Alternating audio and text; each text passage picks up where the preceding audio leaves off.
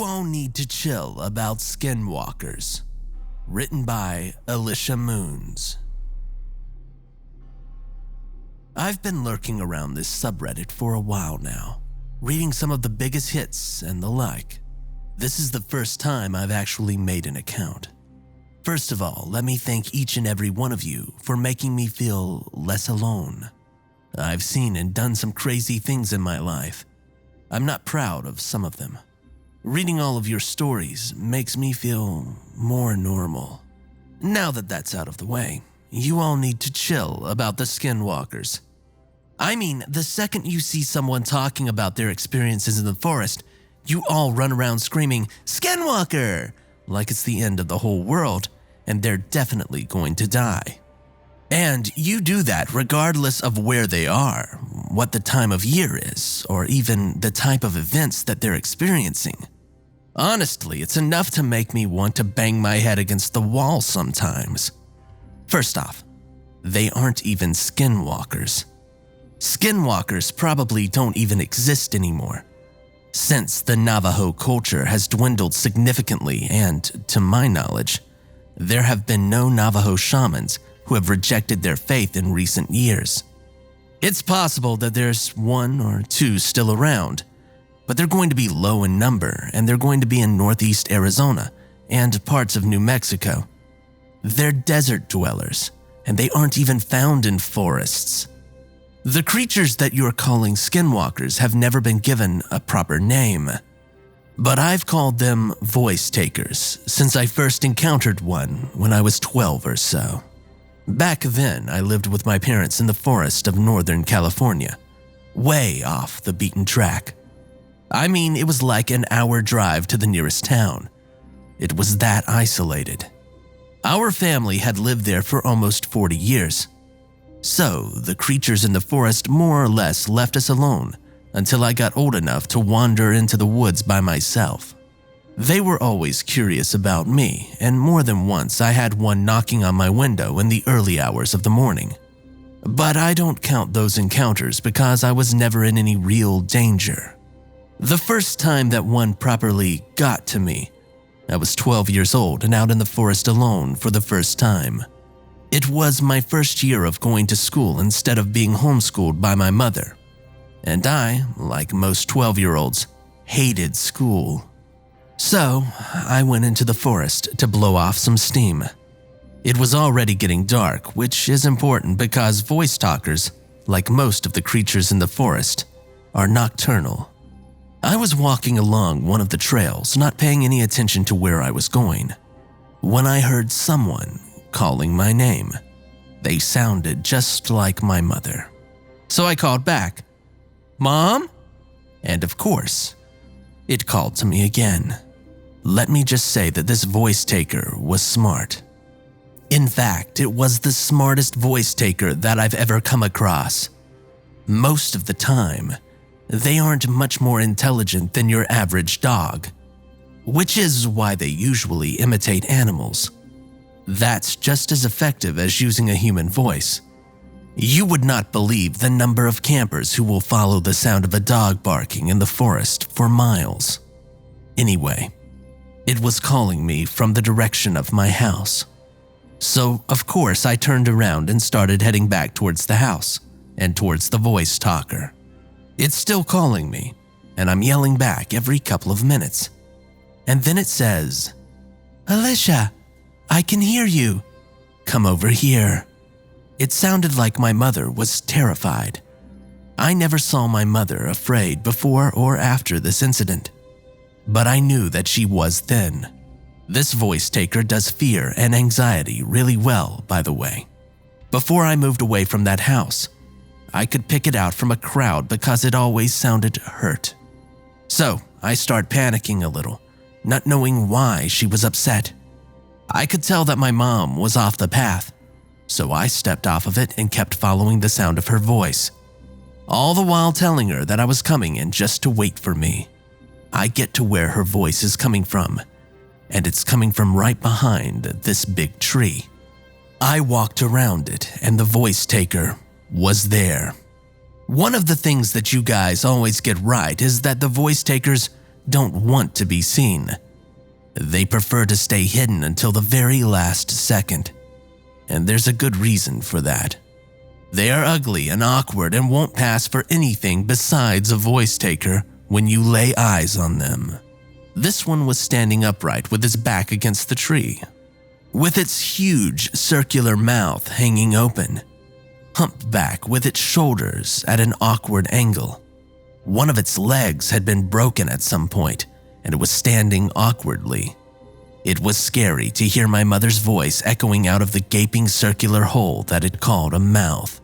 "There you are, Alicia," it said. I tried to run away, obviously, but it grabbed me. It wasn't much larger than I was, and it was skeletal and weak-looking. But being grabbed by it felt like I was being held by an adult 3 times my size. It threw me to the ground and climbed on top of me. That mouth expanded vertically, and then the rest of its body did too. Like it had a zipper from the top of its head all the way down to its belly button.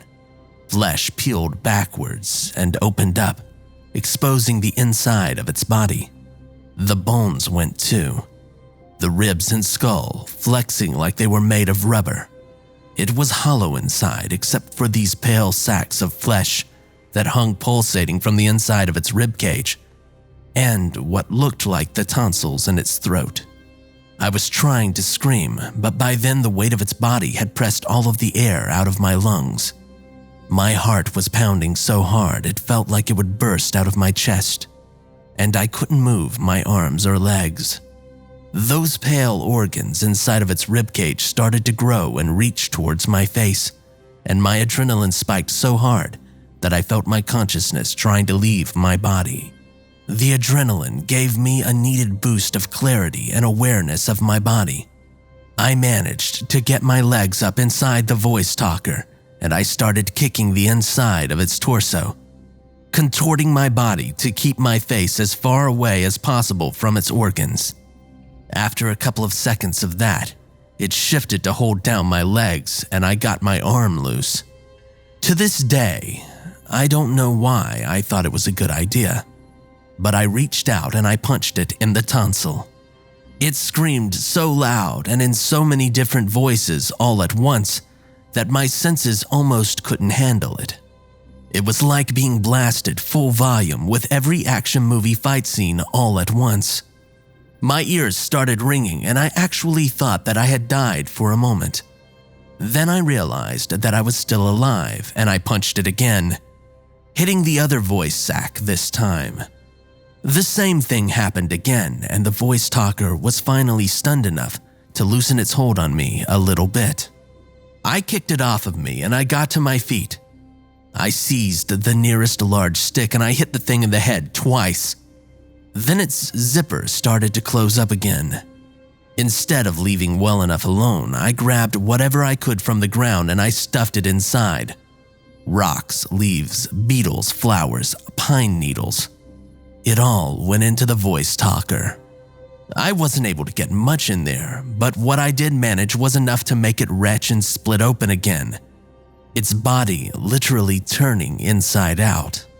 While it was laying there, writhing and flapping like a demonic manta ray, I stood up, still holding the stick that I had used to beat it, which is when I noticed that there were 3 more watching me from the tree line.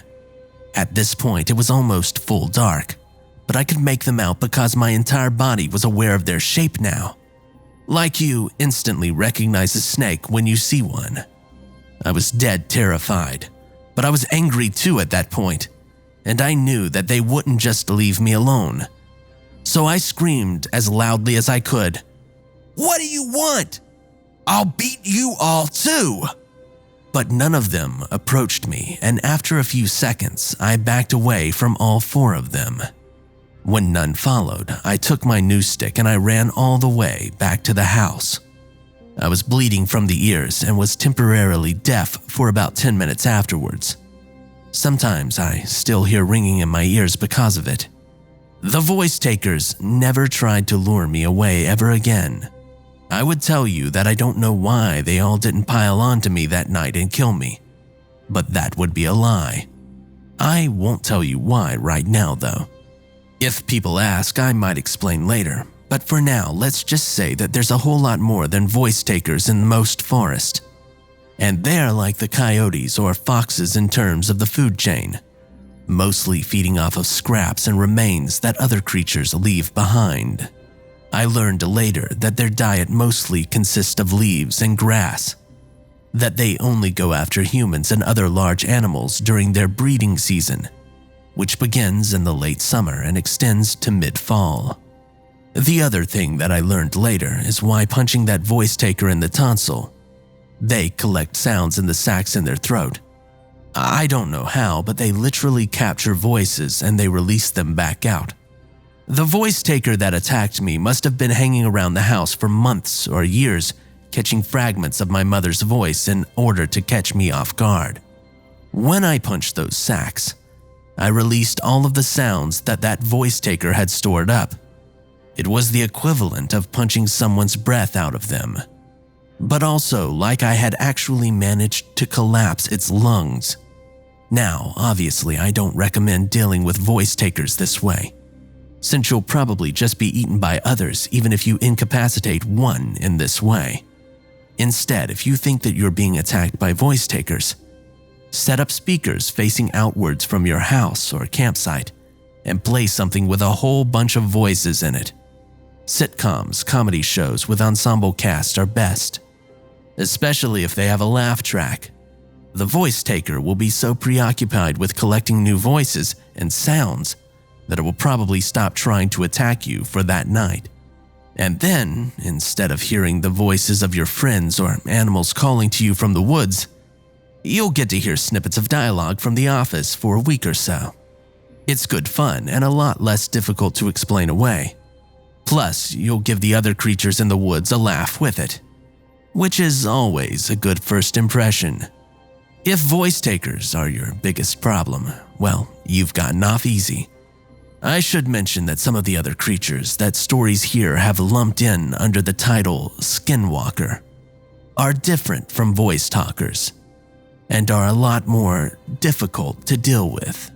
But I don't want to make this any longer than it already is, and I'm not convinced that you'll take my advice even if I gave it to you. Anyway, thank you all for listening, and I hope you appreciate my advice and story. It's really helped me to get all of this out and get it off my chest. I never told anyone what happened with the voice taker, not even my parents. Neither of them believed in their existence, and I never got the chance to prove it to them. My Skinwalker Experience, written by GurgleMyMilk. This is a true story that took place in the spring of 2018. I was on a camping trip in the Upper Peninsula. For non-US people, that's Michigan. It's like 95% forest and wilderness.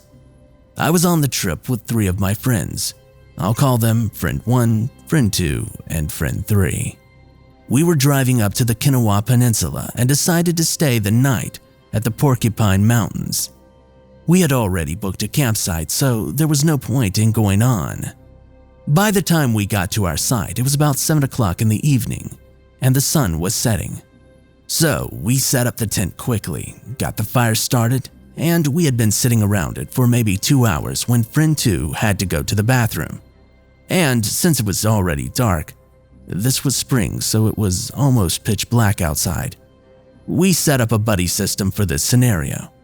So I went with him to the outhouses, which were about a quarter mile from the campsite, which was far enough that we couldn't quite hear Friend 1 or Friend 3, but we could still see the dim glow of the fire, and I had a flashlight obviously. So I wasn't too afraid, but the porcupines are the kind of place that when you hear something, you can sometimes get curious and want to go explore.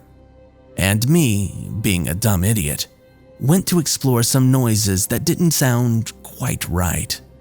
In this area, great horned owls like to nest, and it's really rare to see them, but it's not so rare to hear them. I heard an owl hooting in the distance, but it didn't sound right to me, so I asked my friend, who by now was done and was asking if we could head back, if he had heard anything. He said yes and that he thought nothing of it, saying, "It's just an owl, no big deal. Please, let's just go back to the site." I just couldn't shake the feeling that something was wrong somehow. It just didn't sound like any owl that I've ever heard. And I've been on multiple camping trips. And I've volunteered at an animal shelter that got a few odd animals, even a few barn owls at one point. So I at least thought that I knew what an owl sounded like. This just sounded like it was distorted, almost fuzzy. Like someone was using a megaphone to play owl sound effects. We decided to get friend 1 and 3 and then go and investigate further. Once we got back to the campsite and told them about the owl, they were interested immediately, and we set out into the pitch darkness with just 4 flashlights to search for the source of this noise. As soon as we got near the outhouses, we heard it again. It was coming from the dense forested area to the left of us, so that's where we went. We made sure that we remembered where we came from, for when we needed to get back to camp. We had only made it about 200 feet into the woods when friend 1 began complaining about hearing a really loud ringing in his ears. We thought that he was just messing with us because he's an ass like that sometimes. But as we kept going, we figured out that he was being serious. Eventually, we all got the same strange ringing sensation in our ears as well. But louder than anything, we kept on hearing that owl, almost as if it was taunting us. We had gone about 1,200 feet into the woods and we hit a clearing in the brush. So we stopped and then argued and finally decided who had to go in and look at the clearing. And guess who drew the short end of the stick? I peered through the brambles only to see a towering gray figure, probably about 8 or 9 feet tall, wearing nothing but a severed deer head. It was hunched over the ground, gnawing on something that was clearly a dead animal of a very large variety. I didn't stick around very long to see what it was, though. I tried to make as little noise as possible, and in a moment of paralyzed fear, realizing that this was probably the source of not only the ringing noises, but the owl as well, I motioned to my friends to run back to the campsite. We ran as fast as we could back to our camp. We packed up our tent and then got in our car and drove out of that cursed place. We ended up spending the night wide awake in a Walmart parking lot. Because if there's one thing that I'm sure of, it's that I'm not risking spending the night in the forest with a creature that might know I'm there as much as I know that it's there, especially as one as dangerous as a skinwalker. My Wife Turned Into a Wendigo, written by Ruse85. The winter season was upon us and droves of Wendigo spotters had descended upon our small town to try and get a glimpse of something that I believed didn't exist. It all started 2 years back when Billy Fisher brutally murdered his wife Jane and her 2 poor daughters. When he was arrested, he claimed in his defense that he was driven mad by some kind of beast that followed him home from the lake when he was fishing one night. It affected me and my wife greatly. We were neighbors. We had no kids of our own, so we looked after the girls whenever we could. We loved those 2 girls. We were close friends, and when he came and asked for my help, I honestly thought that he was crazy. I wish I had listened to him. And ever since, the town has been besieged by conspiracy theorists looking to get a sight of something that apparently didn't exist. I was sitting down in the living room watching the television when I heard my wife scream from the kitchen. I ran in to find that she had dropped the meatloaf all over the floor. Concerned, I asked her what had happened. She seemed terrified. She told me that she had seen something staring through the kitchen window at her. It had big red eyes, she said. I tried to reassure her, saying that it was probably one of those Wendigo spotters trying to get a picture of one of us locals. They've been known to do that. They come up here and think that it's fair game to harass us and trespass on our land. After my wife calmed down, we decided to go to bed. I made sure that all the windows and doors were shut tight. That night, I tossed and turned and I awoke to find my wife missing from the bed. I could see my breath, and the air was brisk. Someone had opened the bedroom window.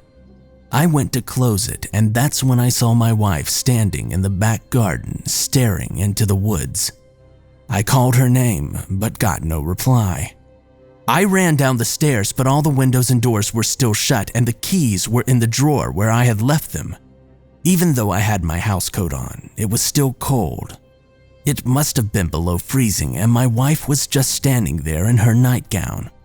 I called her name, and she didn't even acknowledge me. I shouted back at her, shook her till she came around, and I eventually got her to go back into the house and then back to bed. The next morning, she remembered nothing. At first, she didn't believe me. She thought that I must have dreamt it. That was until I showed her the mud on her nightgown. I didn't blame her for being perplexed about the whole situation. It was totally out of character for her. Apart from chasing a few out-of-towners from my land, it was an uneventful evening. That night, before we went to bed, I made sure that everything was double-locked and I hid the keys. Horrible nightmares filled my mind as I slept. I dreamt of a monstrous creature that stalked the woods behind my house. The creature walked upright like a human, but it wasn't human. Its legs were similar to that of a goat, but big and strong. It had big, massive talons for hands. It had leathery, jet black skin with deep red scars covering its torso. Its head looked like a skinned goat's head. Its eyes glowed red, and big towering antlers sprung from its back. As it stalked me through the woods, I could hear it calling me, but it sounded like my wife. I turned to see my wife standing there. As I walked towards her, she transformed into the beast. And that's when I woke up. My wife wasn't in bed with me.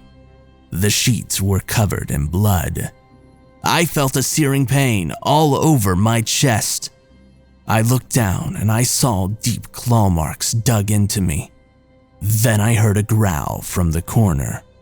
I looked to find my wife cowering. She was shaking while licking my blood from her fingers. She seemed delirious. She screamed at me not to come near her. She was hungry. That was all she kept saying. Eventually, I calmed her down. Her temperature was through the roof, so I decided to call a doctor. When the doctor got there, I brought him up to our bedroom, to my wife. I left them alone while I went downstairs to make coffee. As the coffee brewed, I heard a gut-wrenching scream come from the bedroom. Then the doctor came sprinting down the stairs, screaming that she bit him. He ran out the door and never even looked back. I sat with my wife and I watched over her as she tossed and turned all night. She rambled on for hours about the woods and how hungry she was. Eventually, I drifted off to sleep. When I woke the following morning, my wife was gone. After frantically searching the house, I found no sign of her except for a note that was left on the kitchen table. The only words on the note were, "I love you." A few days later, I reported my wife missing. The police called me into the station and showed me security footage that was taken the night before. 2 bodies had been found near the woods, badly mutilated, and my wife was caught on camera walking from the scene near the woods. I know that my wife is out there somewhere, in the woods maybe. I've seen the form that she takes from time to time. I now spend my days searching for a way to bring her home. The strange thing is, both my wife and Billy Fisher were Native American. Maybe there's a connection.